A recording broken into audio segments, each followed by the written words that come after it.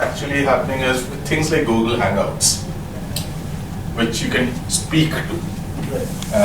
Two people can speak, and then you can record it and post it on YouTube.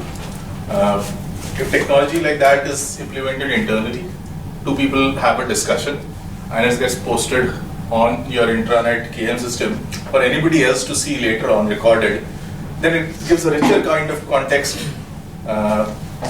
to knowledge. Of course, you'll have to, there's challenges of bandwidth for us in India, etc., all there. But we're getting there, I think. Text, this is infinitely more better than text, because a person can convey a lot more when you're kind of seeing him on a video.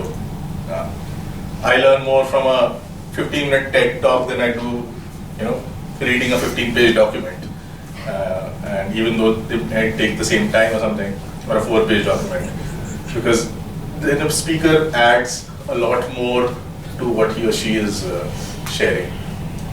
I think that is, becoming social in some ways. Right, because I was reading somewhere that when you listen to a person or when you see a person, there is a lot of meta information that you pick up, like the way the voice modulates or the kind of the way the hand moves. So people also kind of pick some information from there. When you just read a document, it's a plain vanilla thing that you are going through. But all those meta information is lost. And of course, technical challenges to harnessing multimedia. You can't really do a full text or a picture. Not yet. I mean, Google is working on it, but you can't at this point in time. So if there is a picture of a gorilla in the middle, if you write gorilla, it will not bring up that picture unless it is tagged gorilla. Right.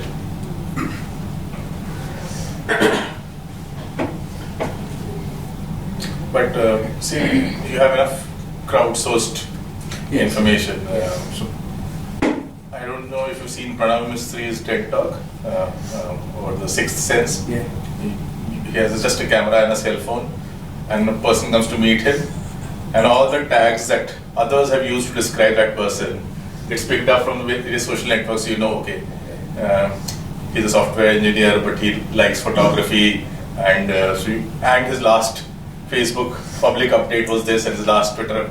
It's happening to CRM systems. There was this app called Reportive, which you can implement on Gmail, which got bought out by LinkedIn.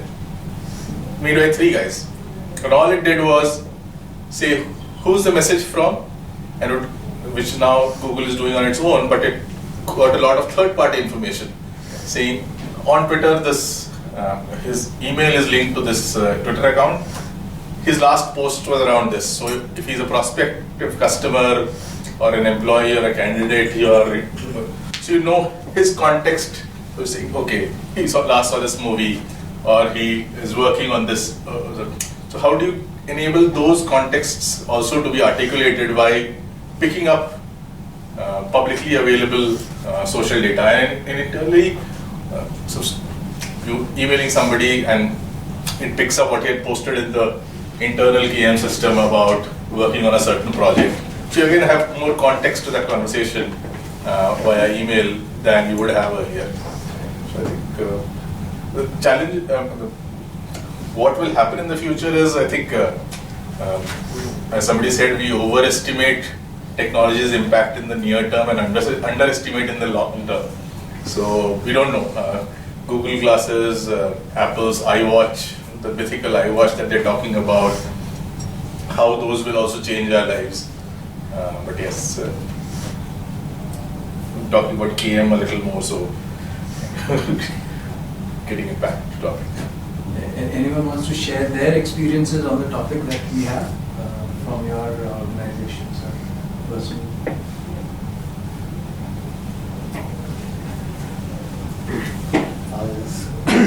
We work in a very regulated environment, so it's a financial services company insurance space. So there are lots of don'ts, and we have to work around with that and then find out some rules. So it's a big challenge for us. So when we hear these kind of sessions and we hear what's happening in the industry, at times it's very, very frustrating that we cannot explore these things. But still we manage to get our way around. and we are currently we are working on a process to embed knowledge management as part of the process within the functions or the departments. So we are doing instead of rolling out a large to the entire organization, we are just doing pilots on a smaller group of around 100 people. So you want to add something? How are we trying to embed that into the process? So essentially, the problem is like you mentioned in the beginning. Why should I share, right? And take it one step further. What's in it for me? So that I think you can never really address that, because you can't really give them a lot of incentives for sharing. Somewhere top management comes back saying, no, this is what they're supposed to do. You can't pay them for what you're supposed to do. You know what they're supposed to do or something. So essentially, what we tried to do was to, when we launched it at end of Jan, start of Feb, we tried to create a lot of hype around it. So we projected what the site was on one of the larger walls in the office. So the people who we released this to all sit in one sort of area, so over there.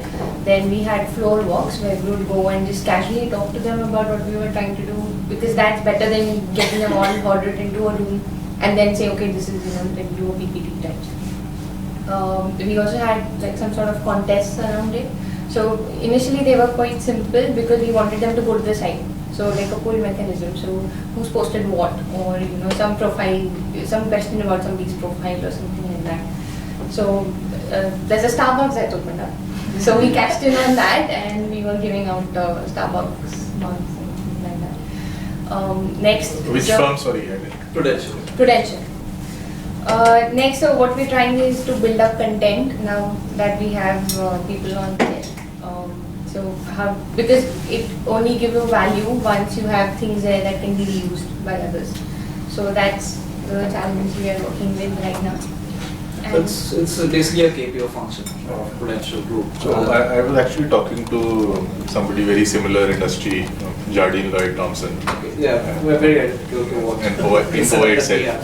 And and their challenge was saying, if they were more talking about internal social network, and they had rolled out Chatter worldwide, and in India, out of 800 employees, 400 were active on Chatter.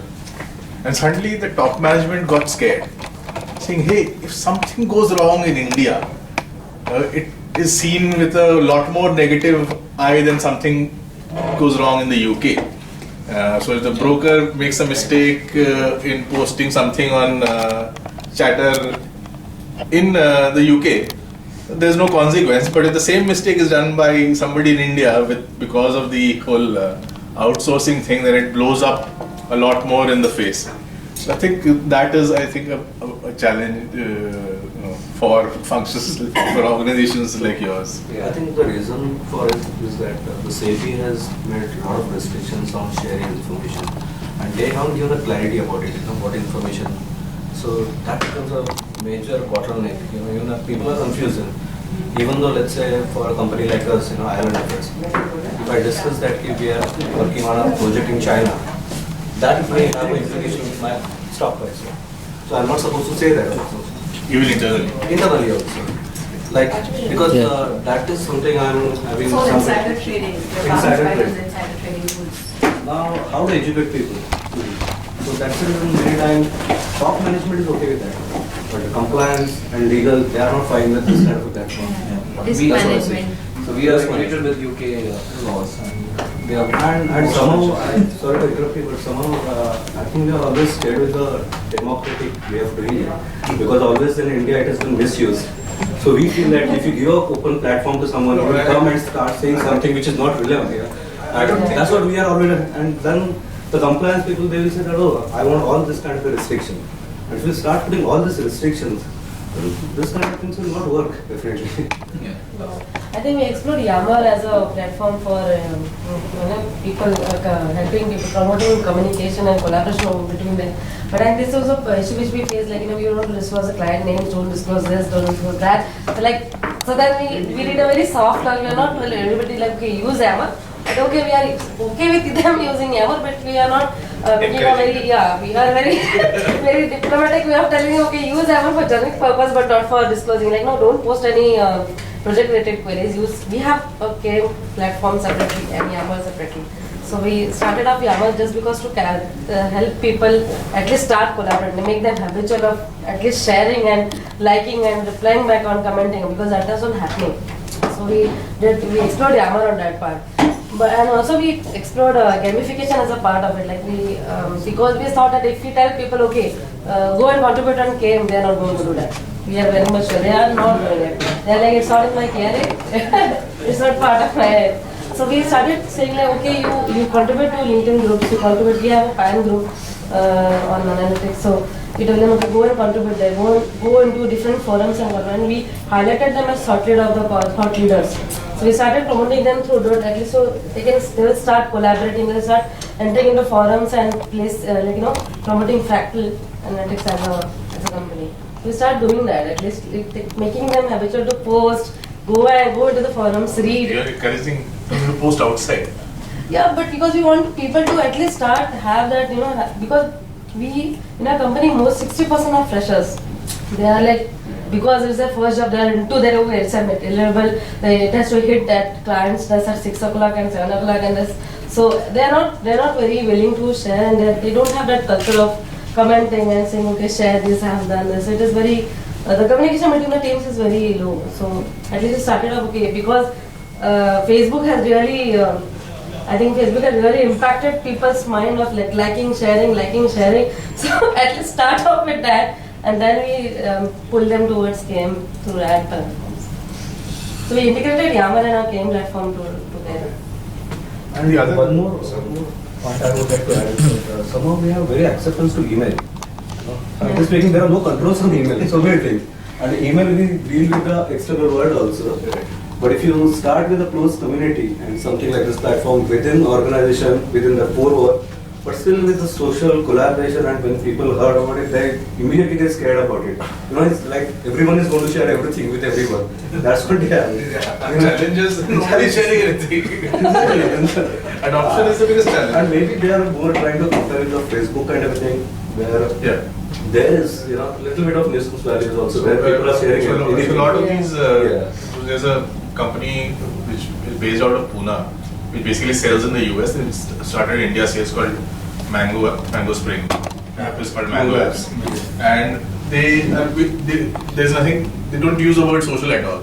They say getting work done. Yes.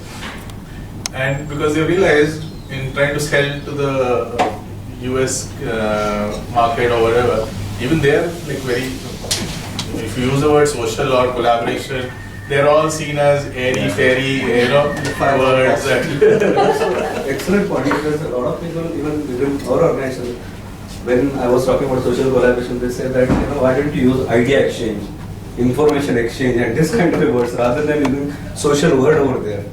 So somewhere that still Social is kind of being social is something personal versus professional. Yeah, but that I think is basically the Indian culture.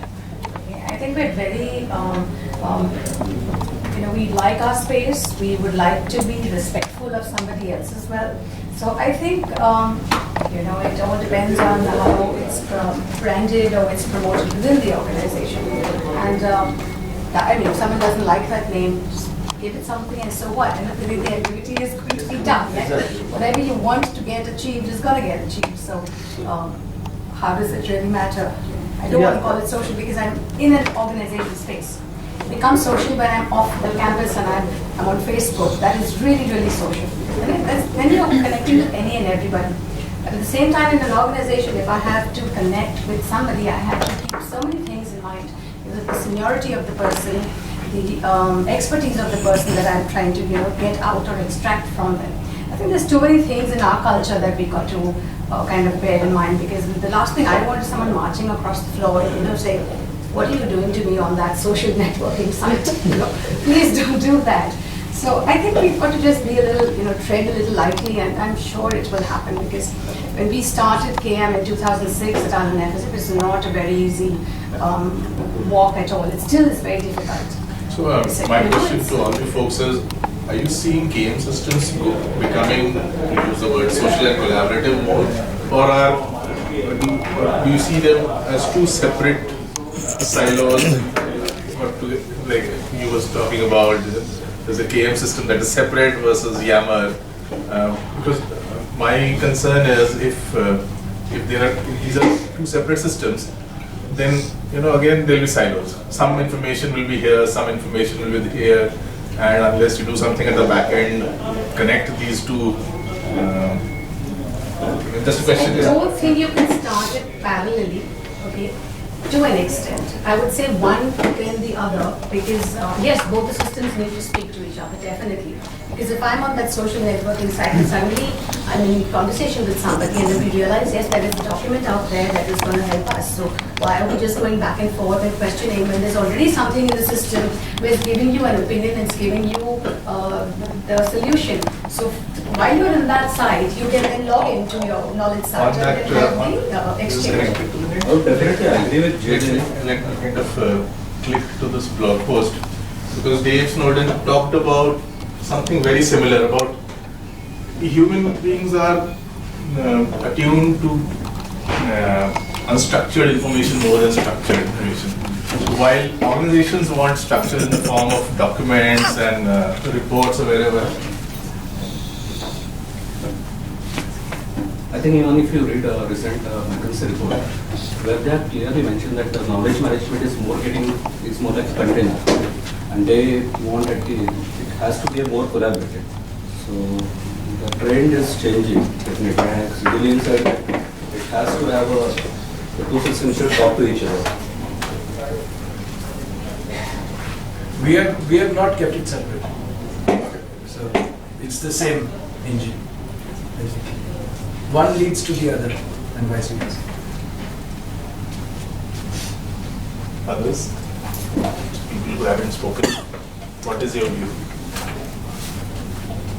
Is KM still a container in your organizations, or are you pushing it, moving it to be more social, collaborative? We are actually trying to get a mix of both, and it seems because for us in our organization, all the external social sites are firewalled. So obviously, whatever the employees have within the organization is what we are offering them right now. So we've given a good mix of structured content as well as unstructured. And we rightly discussed earlier, we are hoping that most of the value will come in the unstructured conversation. So we've given them a free hand and starting off some kind of discussions. So discussion forums are also divided into formal or official discussions and more of casual discussions where anyone can post anything, renting out an apartment or do anything. So let's hope it works. It takes a fair while. Yeah, It takes a fair while. it's taken me quite a few years now to get the organization to at least try this. Yeah, it does. Not opening, is it? Firewall, this application. Just go to blog.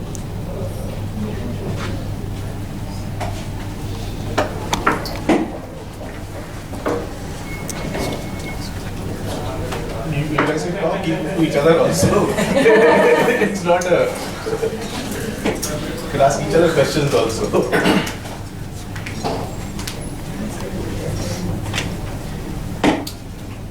I think all the technology is evolving also slowly to figure out, make sense of unstructured data. And while, as Avinav said, making sense of if I search a video, will it give me content around that video without meta tags? When everybody starts to post a video, who will meta tag it? Will people take people won't take the effort to tag it or make it. A very interesting thing has happened over the years. YouTube, because of YouTube, now suppose there is a party at my place and someone says, "Arey, wo gana hai kya?" We don't bother about going to you simply type it in YouTube and then it plays. That's definitely a behavior change. You know for sure it is going to be there.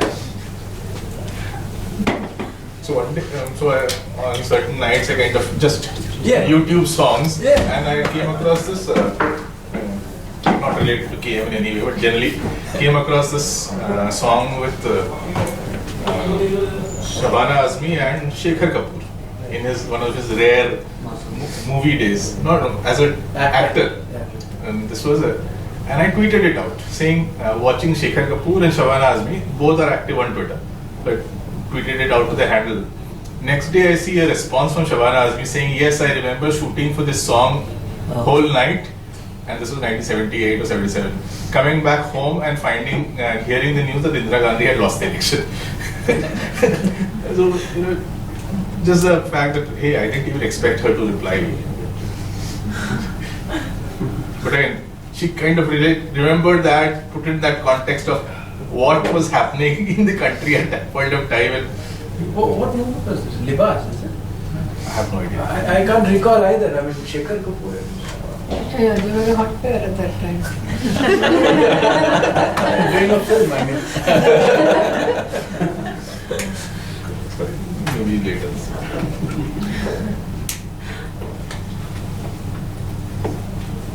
Feedback, I'm not sure whether I've met any expectation in task for expectation, therefore cleverly in the beginning, because Abhinav had some other questions he wanted to ask. Yeah, there were certain ones that I had sent you. So Yes. You could ask the group. Yeah. But your presentation definitely triggered quite a few thoughts.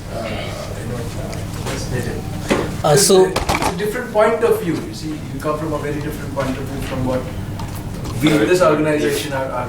Or what most of people are doing in the trenches. You can ask the group. yeah, sure. So we were discussing the concept of K Cafe with some of the iGATE leaders, and they were very interested, and they posed some questions for us to ask to the entire KM community. As to first is how KM can be a conduit for process and quality improvement. Then how KM can lead to improved customer satisfaction. And finally, how KM can be integrated with other functions and business process to ensure sustainability. So these are the questions that came from iGATE leaders. So if you guys have any answer to that or any thoughts to that, please feel free to share that.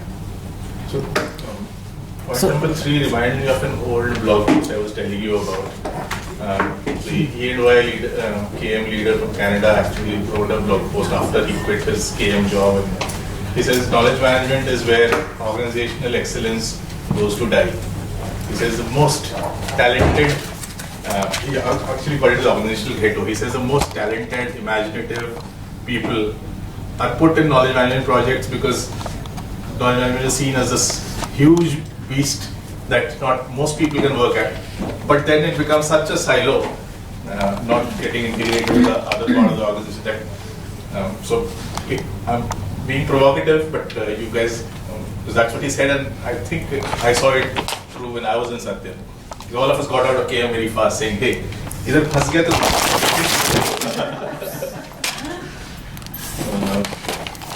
Is that true anymore? Not true anymore? Because this job post was also 6-5 years ago. Well, It is true. again, all of it is true. It's about degrees, and it is the move is inexorable. It will need to integrate.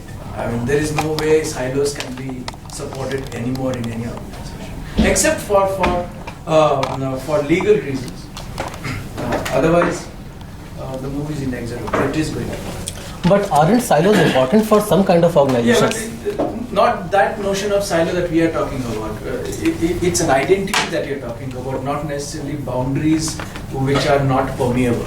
We are talking about boundaries which are not permeable and they should not be there, is what you're saying. So, paraphrasing Dr. Uday Parikh, who gave a talk around this, I said, he talked about in the context of HR.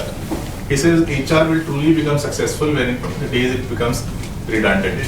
When everybody does HR's job, when everybody is out there recruiting, motivating, and rewarding the best talent, then HR won't be needed.